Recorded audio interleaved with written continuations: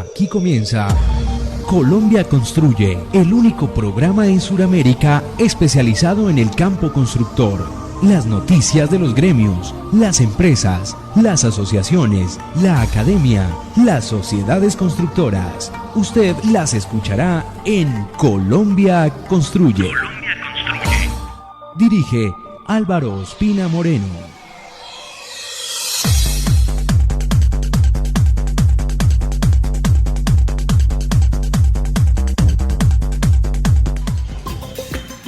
Seguidores de la construcción que nos escuchan en Colombia y en el exterior, para todos ustedes, buenos días, buenas tardes, buenas noches. En el nombre de Dios, les damos la bienvenida a Colombia Construye. Hoy les tenemos un tema clave para todo el sector, el manejo de los residuos de construcción y demolición con una experta en el tema. Noticias sobre el nuevo director ejecutivo del Comité de Productores de Acero de la ANDI. Noticias de vivienda, de equidad de género, noticias férreas, inmobiliarias. Las secciones Hablemos de Acero con Acerolab, los núcleos de la construcción y los eventos de la semana. Sean todos bienvenidos. ¿Sueñas con tener casa propia, encontrar el espacio comercial perfecto para tu negocio o invertir en ese proyecto internacional? Ven al Gran Salón Inmobiliario del 10 al 13 de agosto en Corferias. Encuentra todo para decidirte con asesoría personalizada y opciones de financiación. País invitado República Dominicana. Boletería en gransalonинmobiliario.com. Organiza Loja de Bogotá y Corferias. Copatrocina la vivienda. Vigilado Superintendencia Financiera de Colombia. Aplican condiciones y restricciones. Asociación Latinoamericana de Tecnología Sin Zanja. Señor empresario, señor constructor, ¿no sabe usted qué hacer con los altos precios de la factura de energía eléctrica? En FAE Colombia Energía Limpia te ayudamos a generar tu propia energía con el sol. Ahorros desde 30, 40 y el 60% en su factura. Sea sostenible en tiempos de reactivación. Para mayor información nos puede contactar al 300-360-0332 o al 302-409-3053. Asociación Colombiana de Agregados Pétreos, Asogravas. Como hacemos en cada emisión, saludamos a las agremiaciones y empresas constructoras aliadas de nuestro programa. Ellas son la Asociación Colombiana de Túneles y Obras Subterráneas Actos, Women in Concrete Alliance, la Asociación Latinoamericana de Tecnología Sin Zanjas, la Sociedad Colombiana de Ingenieros, la Asociación Colombiana de Facultades de Ingeniería ACOFI, la Asociación Ferretera Internacional AFERRI, la Sociedad Colombiana de Arquitectos y su Regional Nariño, la Asociación Colombiana de Productores de Agregados Pétreos Asogravas, la Asociación Profesional en Conducción de Fluidos APROCOF, la Cámara Colombiana del Cemento y el Concreto Procenco, la Cámara Colombiana del Acero Camacero, la Asociación Nacional de Estudiantes de Ingeniería Civil ANEIC, Construdata de Legis, Infoacero y la inmobiliaria Inmovigar. Hoy vamos a hablar del manejo de los residuos de construcción y demolición. Por ello invitamos a la ingeniera ambiental Saudi Villamizar, docente de revisión de contenidos virtuales de la Fundación Universitaria San Mateo. Ingeniera, bienvenida a Colombia Construye. Y pues la primera pregunta, desde ya hace varios años existe una ley que reglamenta el manejo de los residuos de las obras para su reutilización. ¿Usted cree que se está haciendo este manejo en las obras o aún nos falta? Hola Álvaro, antes de empezar quería manifestar que de parte de la Fundación San Mateo nos sentimos muy complacidos de poder colaborar con el espacio de Colombia Construye.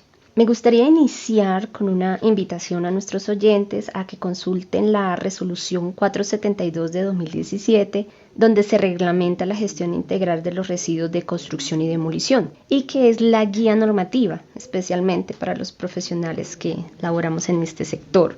También me gustaría que los oyentes tengan claro que este tipo de normativas no nacen de un capricho de una institución estatal. Este tipo de resoluciones se crea a partir de diagnósticos que en este caso son bastante alarmantes. Por ejemplo, en 2011, el Ministerio de Medio Ambiente encontró en un estudio que hicieron que en Colombia se estaban produciendo aproximadamente 22.000 toneladas de residuos de construcción y demolición. Y casi todo sin manejo. Iba a parar a vertederos ilegales, a rellenos, se utilizaban para secar humedales, entre otras prácticas poco sostenibles que producen contaminación en el aire, contaminación en el agua y contaminación en el suelo. y es por esto que se hizo necesario regular de manera más específica este sector de la producción nacional. Con respecto al manejo de residuos de construcción y demolición en las obras, yo creo que es importante partir de una clasificación que hace la resolución. Entonces, hay dos tipos de generadores de residuos de construcción y demolición. Primero están los grandes generadores, públicos o privados, que van a construir o a demoler áreas mayores a 2.000 metros cuadrados. Por ejemplo, las constructoras encargadas de los proyectos de conjuntos cerrados, las intervenciones grandes que se hacen sobre las vías públicas, como lo que se está haciendo, por ejemplo, con el plan maestro de acueducto y alcantarillado acá en Bogotá, o estos puentes grandes que estamos viendo en la ciudad. Y por otro lado, están los pequeños generadores, que son aquellos que construyen o demuelen en espacios menores a 2.000 metros cuadrados. Por ejemplo, el vecino que está construyendo un piso nuevo o está remodelando su casa. En mi opinión, hay un control eficiente en los grandes generadores porque la autoridad competente ejerce sus funciones de control y una constructora no se va a arriesgar a sanciones o a perder su licencia de construcción por un mal manejo de sus residuos de construcción. Además, estos grandes generadores normalmente tienen todo un staff de profesionales que hacen, por ejemplo, la gestión ambiental de sus obras. En cambio, con el pequeño generador, a veces por desconocimiento y otras por físico descuido, yo creo que sí hemos podido evidenciar especialmente porque ocupan el espacio público que todavía hay que hacer un mayor trabajo allí con ellos. Ingeniera, ¿cómo debe ser un adecuado manejo de construcción y demolición de residuos? En este caso, depende. Por ejemplo, del área, si es urbana o rural. En el área rural hay mayor riesgo de causar impactos ambientales a los ecosistemas, entonces tenemos que tomar medidas mucho más adecuadas. Depende de si es un gran generador, si es un pequeño generador, de si se va a demoler, si se va a construir, si se va a excavar. Depende también del tipo de residuo que vamos a producir, entre muchos otros contextos. Entonces aquí yo tendría en cuenta dos observaciones. La primera, toda obra, así sea pequeña, debe presentar a la autoridad competente su plan de gestión de residuos de construcción y demolición y allí se establece el manejo adecuado según las características particulares que te acabo de mencionar. Aquí sí me gustaría hacer un comentario, especialmente a los pequeños generadores. Es común ver que una persona, por ejemplo, le paga al señor de una volqueta para que disponga de sus residuos de construcción y demolición y piensa que porque pagó el servicio y dejó en orden su obra y el espacio público, pues ya cumplió. Pero resulta que el señor de la volqueta no tiene idea o no le interesa hacer una adecuada disposición final del residuo de construcción o demolición y va y los vierte en un humedal, una quebrada o un lote baldío. En el caso de que esa persona sea denunciada o hallada infraganti en el acto, el responsable de las sanciones que se van a generar no van a recaer solo en el señor de la volqueta, sino también en el generador. En este caso seguramente va a ser un pequeño generador. Entonces mi recomendación es que consulten. Ahora lo pueden hacer por internet.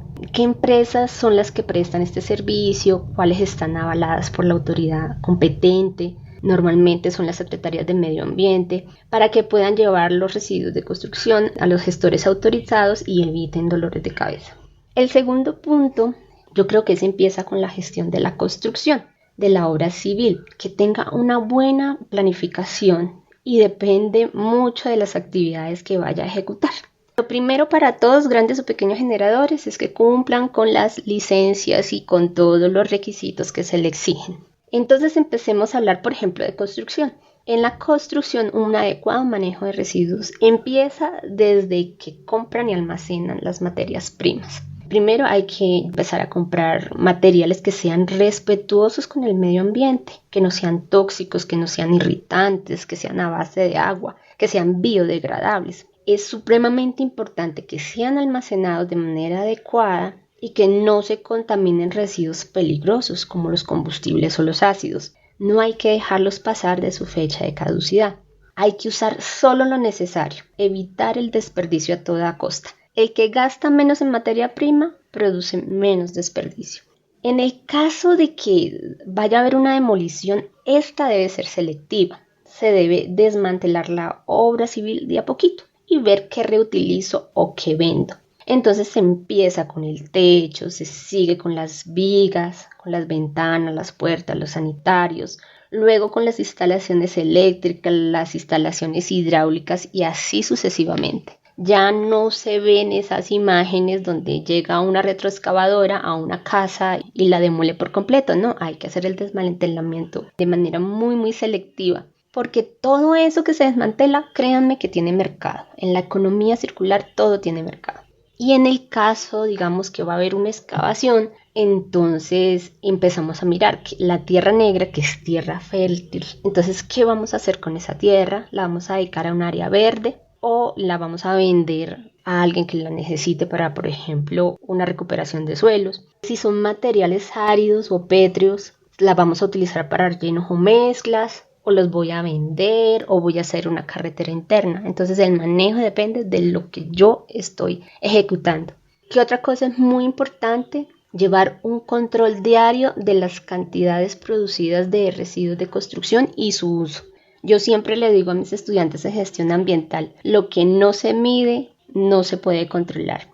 Y según el decreto, nosotros tenemos que ser muy juiciosos en el control de las cantidades. El indicador, la resolución son en toneladas, medimos todos en toneladas. Y tenemos que llevar registros diarios de eso porque también la autoridad lo va a solicitar. Tiene que haber lo que se llaman los puntos limpios, que son los centros de acopio de los residuos. Tiene que haber un buen almacenamiento, que estén bien separados, que estén bien señalizados. Hay que evitar a toda costa que se contaminen y deben estar cubiertos, deben estar con techo, deben tener canales perimetrales para el drenaje, entre otras medidas que hay que tomar, depende del residuo. Y también es súper importante la selección de transportadores que estén bien avalados y capacitados para que lleven los residuos de construcción a gestores autorizados, gestores que tengan licencia ambiental. Toda esa información debe ser corroborada en un programa de gestión de residuos de construcción. Ingeniera Villamizar, ¿qué otros usos se pueden hacer o se pueden dar a estos materiales? Aquí yo entraría en un tema que tiene que ver con la gestión que se hace de ellos y es un poquito complementaria de lo que te acabé de responder. Entonces, en un buen manejo de residuos de construcción y demolición, como profesional ambiental, yo intento cumplir con algo llamado la jerarquía en los principios de aprovechamiento, o sea, una forma eficiente en el manejo. Lo primero que siempre hay que tener en cuenta es que hay que reducir lo que más se pueda la cantidad de residuos que se van a generar. Hay que usar, por ejemplo, menos materias primas en la construcción con materiales más sostenibles, menos tóxicos, menos peligrosos. Esto ayuda a que se pague menos por la disposición, se reduce la contaminación porque no se está usando toda esa cantidad de material innecesariamente y pues son menos residuos que se van a llevar a los vertederos cuando no se les encuentre otro uso. Actualmente se ven, especialmente en las grandes obras, el uso de, por ejemplo, infraestructuras modulares prefabricadas, donde, por ejemplo, las placas se construyen más delgadas, con materiales más resistentes, aunque más livianos, y que encajan mecánicamente. Eso es solo un ejemplo del principio de reducción que tenemos en gestión.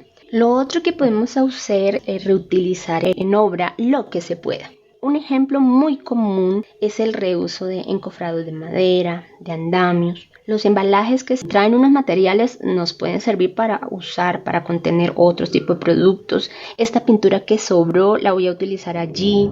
Este material pétreo que saco de aquí sirve para construir o para rellenar algo allá. Estas puertas me sirven para la obra de construcción del otro lado.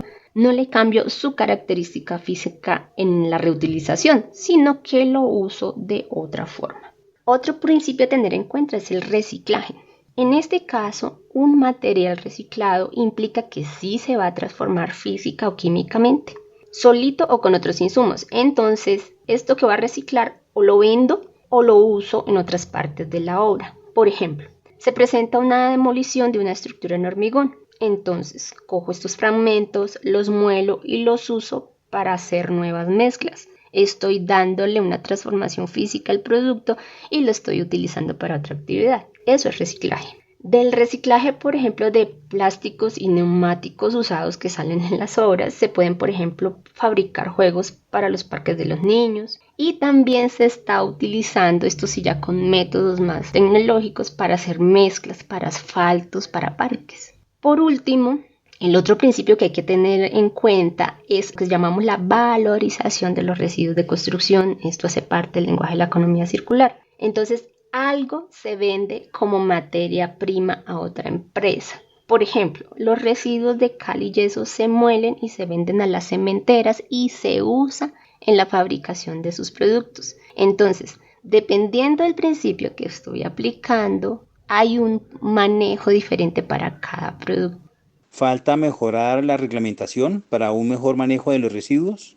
En mi opinión, más que mejorar, la reglamentación se debe adaptar a los mercados, a las dinámicas, a los manejos alternativos que se le está dando a los residuos de construcción y que seguramente van a ser más en el futuro.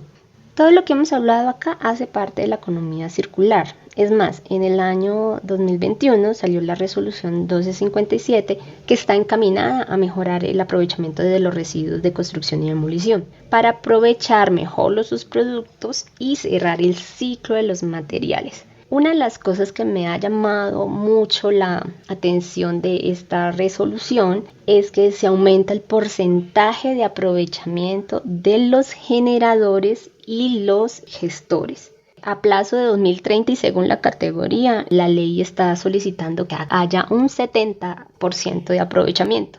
Entonces, la idea es que solo el 30% de productos de los residuos vayan a vertedero. En la medida en que se cumplan estas metas de aprovechamiento, que se monte una infraestructura, unas nuevas cadenas de valor para lo que se llama la simbiosis industrial, que no es otra cosa que la cooperación de diferentes empresas para entre ellas comprarse los subproductos de los residuos de construcción, en la medida en que se cree toda esta infraestructura para que esos residuos de construcción sean aprovechados mayormente, la norma se va a complementar. Es lo que yo pienso que puede estar pasando. Ingeniera Saudi Villamizar, muchísimas gracias por acompañarnos en Colombia Construye. Bueno, Álvaro, muchísimas gracias a ti y a los oyentes por este espacio. Nosotros desde la Fundación San Mateo y como parte de nuestra visión y nuestra misión, nosotros encantadísimos de colaborar con todos estos temas. Muchísimas gracias. ¿Sueñas con tener casa propia, encontrar el espacio comercial perfecto para tu negocio o invertir en ese proyecto internacional? Ven al Gran Salón Inmobiliario, del 10 al 13 de agosto en Corferias. Encuentra todo para decidirte con asesoría personalizada y opciones de financiación. País invitado República Dominicana. Boletería en gransalóninmobiliario.com. Organiza Loja de Bogotá y Corferias. Copatrocina la vivienda. Vigilado Superintendencia Financiera de Colombia. Aplican condiciones y restricciones. Asociación Latinoamericana de Tecnología Sin Zanja. Hablemos de acero con Acerolab.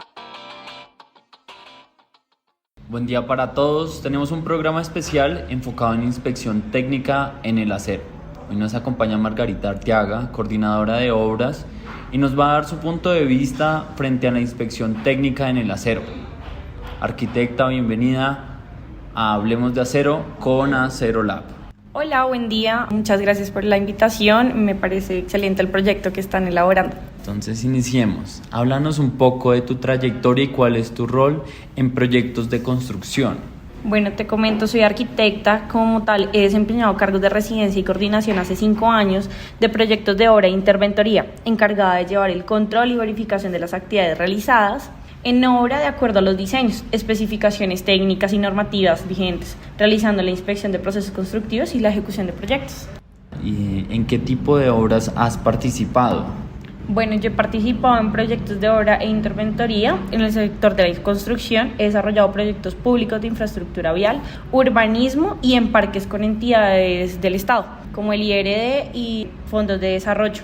Por otra parte, también he participado en proyectos privados para construcción de estructura vertical y mejoramiento de infraestructura de espacios comerciales e industriales. ¿Y cómo le aportas valor agregado al hacer supervisión técnica al acero en tu rol? Desde el cargo que he desempeñado he realizado un riguroso seguimiento al plan de calidad y plan de inspección de ensayos elaborados para los proyectos, para lo cual es importante valorar la calidad de los materiales mediante certificados y ensayos que corroboren el cumplimiento del mismo. De esta forma he garantizado los materiales entre los cuales se encuentra el acero sean óptimos para las actividades o los elementos de construcción, estableciendo también una incidencia que genera desconfiabilidad en la estabilidad de las obras que se ejecuten. De acuerdo a esto, ¿cómo es desde tu punto de vista la supervisión técnica de las obras en Colombia?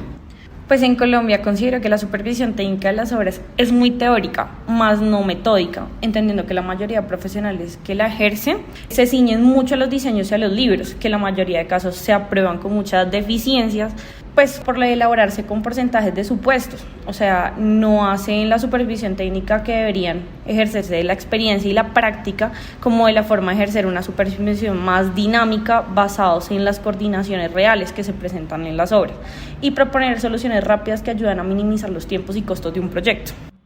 Margarita, qué importante lo que nos comentas. Claro, debe haber una estructura mejor realizada para que se puedan llevar a cabo esas inspecciones con mayor detenimiento y que sean más eficaces. ¿Cuáles son los principales retos que debes afrontar y cuáles son los inconvenientes que más pueden presentar en cuanto al desempeño del acero?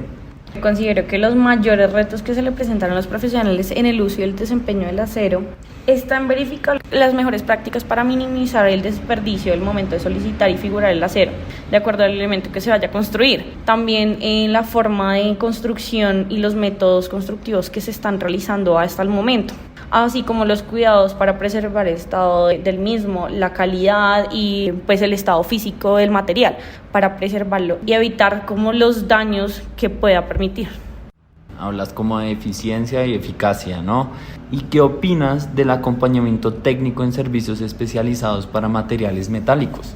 Me parece magnífico, creo que llegaría a ser un plus de los procesos constructivos de un proyecto, entendiendo que el acompañamiento debería ser todo el transcurso del proyecto, desde la cotización, la gestión de compras hasta la ejecución e instalación del mismo, de tal forma que se conozca la trazabilidad del proyecto y las condiciones particulares del mismo, como el propósito de que se logre definir las mejores estrategias que se condicionan a regular los tiempos y costos del proyecto. ¿Cómo percibes que te afecta la actualidad en el sector de la construcción, en tu rol? Bueno, creo que esto es en general. Estoy hablando de que la variación y la fluctuación del dólar es una afectación en todo Colombia, en todos los países también. Y pues afecta bastante en los contratistas y en la construcción de los proyectos, teniendo en cuenta que los precios ofertados en los visores de las entidades públicas o en los privados y lo que se consolida como las licitaciones y adjudicación de los proyectos no son coherentes con los precios del mercado actuales. ¿Esto qué genera? Que podemos causar una calidad de los proyectos más bajo, por lo que no estamos generando pues precio-calidad. Muchas gracias, Margarita. Gracias a todos los oyentes. Recuerden que somos un laboratorio acreditado con un alcance único en Colombia en normas ASTM y NTC. Somos especialistas en materiales metálicos y por supuesto que también realizamos inspección en obra. Que tengan feliz día y hasta pronto. Hablemos de acero con Acerolab. ¿Sueñas con tener casa propia, encontrar el espacio comercial perfecto para tu negocio o invertir en ese proyecto internacional? Ven al Gran Salón Inmobiliario, del 10 al 13 de agosto en Corferias. Encuentra todo para decidirte con asesoría personalizada y opciones de financiación. País invitado República Dominicana. Boletería en gransalóninmobiliario.com. Organiza Loja de Bogotá y Corferias. Copatrocina Vivienda. Vigilado Superintendencia Financiera de Colombia. Aplican condiciones y restricciones. En Colombia Construye, novedades. En Tunja, hoy y mañana 16 de julio, Camacol, Boyacá y Casanare los invitan a participar en Unicentro a Expo Vivienda y Construcción 2023 con las mejores ofertas de vivienda de esta región del país. Y también hoy y mañana en Bogotá, en Compensar de la Avenida 68, se celebra la Feria de Vivienda, con la participación de diferentes constructoras que presentan más de 100 proyectos de Bogotá y Cundinamarca en poblaciones como Chía, Zipaquirá, Tocancipá, Cajicá, La Calera, Ricaute y Melgar, entre otros. Camacol Valle los invita a participar el 17 de julio al curso presencial BIN, de la planificación a la acción en obras de construcción. Informes en el correo capacitaciones@camacolvalle.org.co o en el celular 312-743-8990. Señor empresario, señor constructor, ¿no sabe usted qué hacer con los altos precios de la factura de energía eléctrica? En FAE Colombia Energía Limpia te ayudamos a generar tu propia energía con el sol. Ahorros desde 30, 40 y el 60% en su factura. Sea sostenible en tiempos de reactivación. Para mayor información nos puede contactar al 300-360-0332 o al 302-409-3053. Ahora les tenemos tips de recomendación de Gerardo de Armas, de Inmovigar, sobre los factores que afectan la venta o arriendo de un apartamento. Factores negativos de un apartamento y que disminuye su valor. Poca iluminación. Los apartamentos en planta baja y del último piso suelen tener un valor inferior y los apartamentos con valores de administración elevados disminuyen el valor para una venta futura y para los inversionistas. Al ser elevadas las administraciones, disminuye el valor de un posible arriendo. Y seguimos con el ingeniero José Joaquín Álvarez y los núcleos concretos normativos de la construcción. Núcleo concreto normativo de la construcción número 193. 75.000 nuevos subsidios de vivienda con la ley 2299. El pasado lunes 10 de julio fue sancionada la ley 2299, mediante la cual se adicionan y efectúan unas modificaciones al presupuesto general de la Nación de la vigencia fiscal de 2023. Esta ley genera una adición presupuestal en su artículo segundo, sección 1402, aprobada de 1.5 billones, es decir, 1.500 millones de pesos, con lo que el Ministerio de Vivienda, Ciudad y Territorio cumplirá la meta de otorgar más de 75.000 subsidios este año. La ministra Catalina Velasco indicó que este año se han asignado 18.172 subsidios por un valor de 554.271 millones y se han solicitado 15.468 coberturas, 5.954 para VIP y 9.514 para BIS.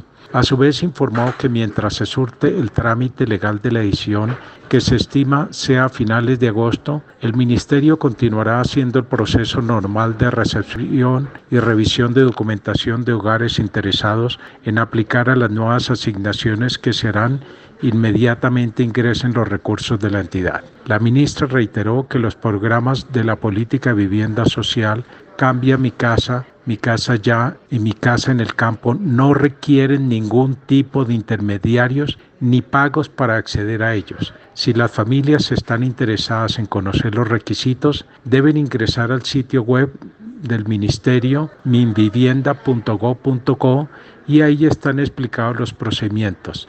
No se deben acudir a intermediarios ni tramitadores. Ojo, no se deje estafar. Los pasos que se deben seguir para aplicar al subsidio de vivienda del programa de Mi Casa Ya son: primero, seleccionar la vivienda tipo BIS o VIP de su preferencia. Segundo, acudir al establecimiento de crédito o entidad de economía solidaria de preferencia del hogar para iniciar el proceso de compra de vivienda. Tercero, estas entidades hacen una primera validación de requisitos a través de la plataforma que opera el programa, en la que se determina si se cumple con el requisito de SISBEN 4, no ser propietario de vivienda y no haber recibido ningún subsidio de vivienda o cobertura anteriormente.